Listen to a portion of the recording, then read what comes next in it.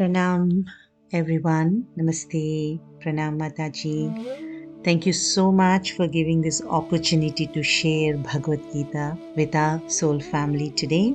Feeling very blessed and humbled, and very grateful to you for sharing so many tips, sessions which have helped me to evolve as well. And Bhagavad Gita is very dear to me, and I'm so happy to share with all of you.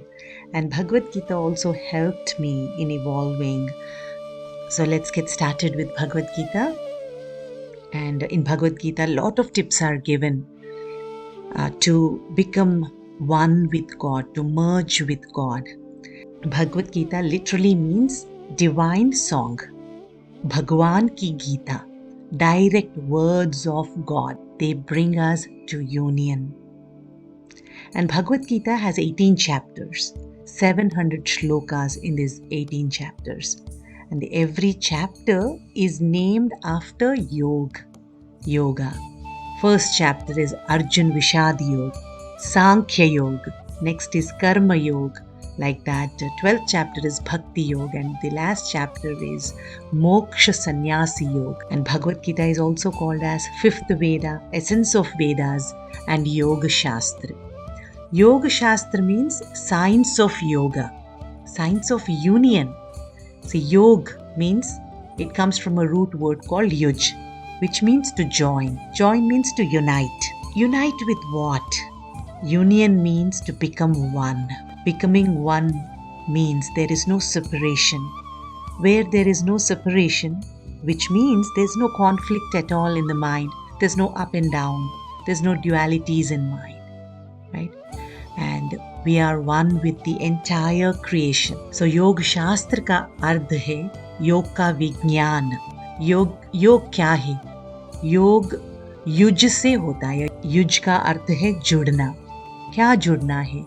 जुड़ना का अर्थ क्या है? एक होना, एक भाव रखना. So separation नहीं होता है. So when your mind doesn't go up and down, even though the world around you goes up and down, your mind doesn't change, is very stable. That is yoga. Bhagavan Krishna, he gives a definition of yoga in chapter 2, 48th shlok. Krishna ji says, Yogastah kuru karmani sangam tyaktva dhananjaya siddhya siddhyo samo bhutva samatvam yoga uchyate. He says, hey Arjun, be determined in the performance of your duty. Abandon attachment to success and failure. Such equanimity is called yoga. He says, सफलता और असफलता के प्रति आसक्ति त्याग कर अपने कर्तव्य का पालन में दृढ़ संकल्पित होके ऐसे समत्व भाव को योग कहते हैं. Having an equal mindset for both loss and gain is called as yoga. When we overcome all the dualities and when we are complete, when we are one. One means there's no conflict in the mind at all. The dualities make the mind go up and down, which creates the conflict, which creates the friction.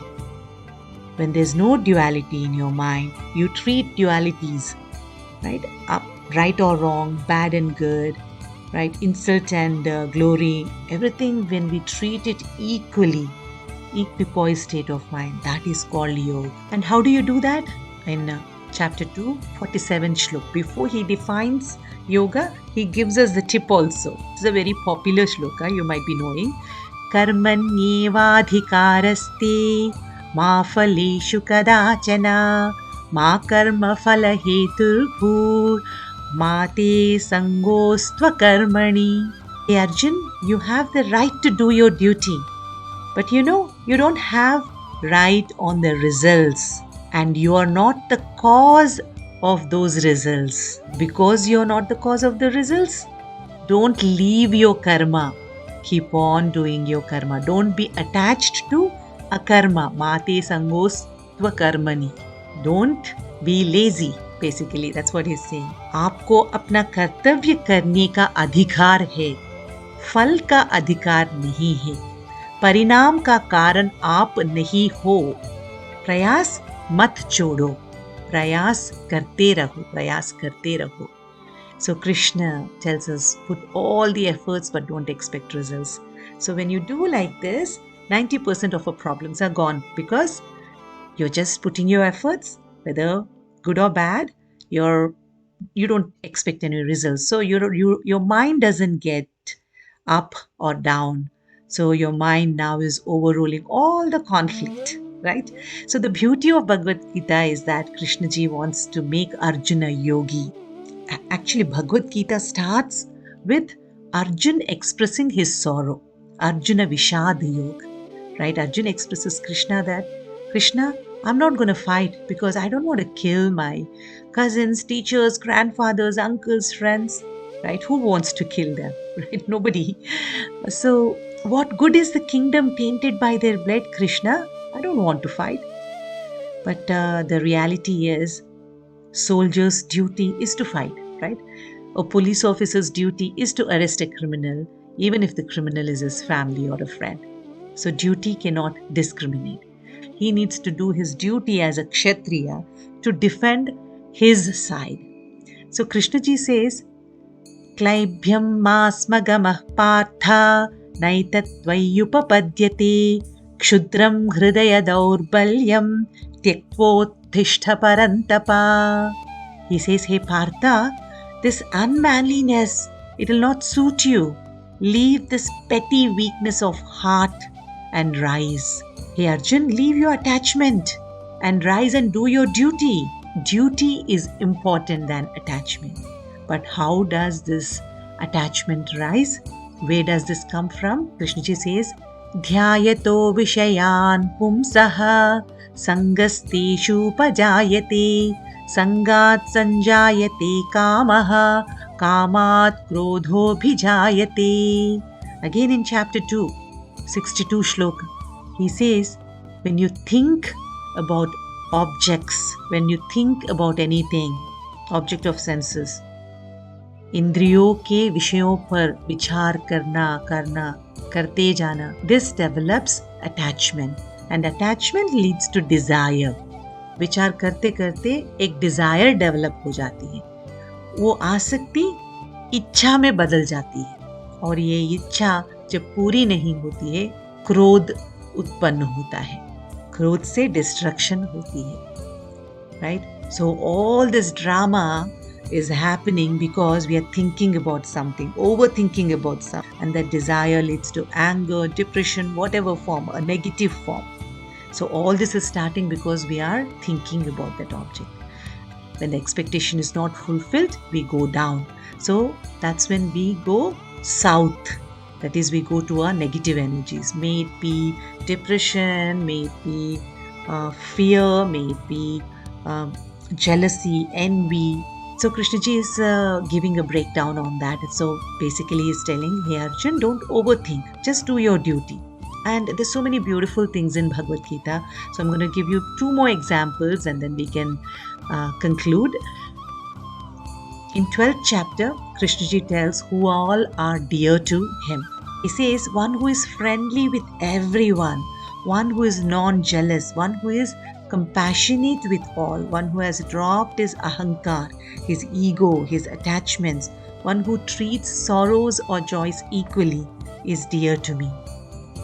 That means you're closer to becoming one with God when we have all these qualities. Even the other person is mean to us, our energies will be very, very friendly to them. And even other person is exhibiting envious qualities, our vibrations towards them are non-jealous. And we are all compassionate. At least we have the bhav. In our heart, we have compassion to everybody. And these are the qualities which are dear to God, which means these qualities, when we develop these qualities, we are becoming closer to union. So finally, at the end, Krishna ji says, drop all right and wrong. Just surrender to me and me alone, and I will deliver you from all the sins and give you liberation. Don't worry. Don't worry about anything. Don't worry about your past hurt, or your worries about your future. Don't worry. Just live in the present. Just give all your worries and you're hurt to me, I will handle everything. You don't need to move even your little finger. So I'll liberate you from everything. So here, you have given all your responsibilities to Krishnaji and you're just living in the present moment. So when we have 100% faith in God and surrender to God, that means we are not entertaining our likes and dislikes. And whatever God gives us, we accept. So this way, all our karmas, our previous karmas and bondages will play out. And when they are playing out, when prarabdha, our karma is playing out, we will not react to them. We will only take it as a prasad from God. So when all that karma exhausts, that which remains is our equipoised state of mind. We are still the same. Good is coming, bad is coming. Everything we offer it to God. So we don't react to it. We just surrender and accept everything as prasad, which brings us to the union with God, which brings us to our divine union. There are so many gems in Bhagavad Gita. I was only able to go through a few shlokas.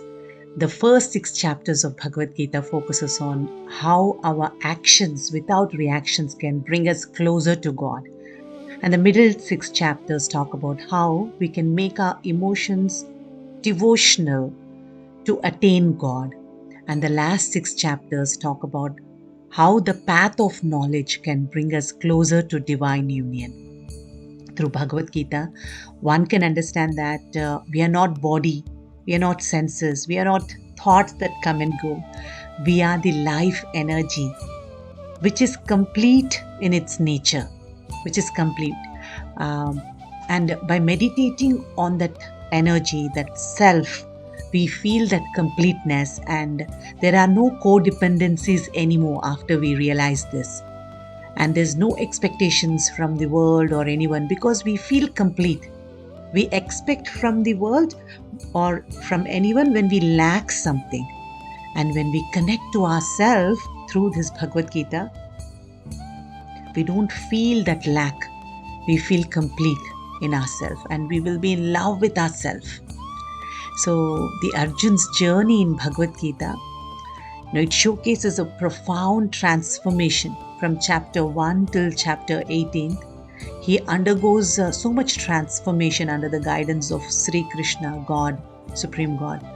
Arjun evolves from a state of confusion to clarity, a clean mind.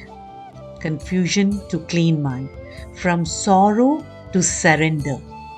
From disappointments, he comes to sense of duty. So every chapter in Bhagavad Gita has so many shlokas. When practiced, it will bring us divine union. Thank you so much again for giving me a chance to share this beautiful Bhagavad Gita, a little summary, a little something for all of us. I hope all the things that I shared in Bhagavad Gita bring us divine union very quickly. Thank you so much again. Thank you, everyone.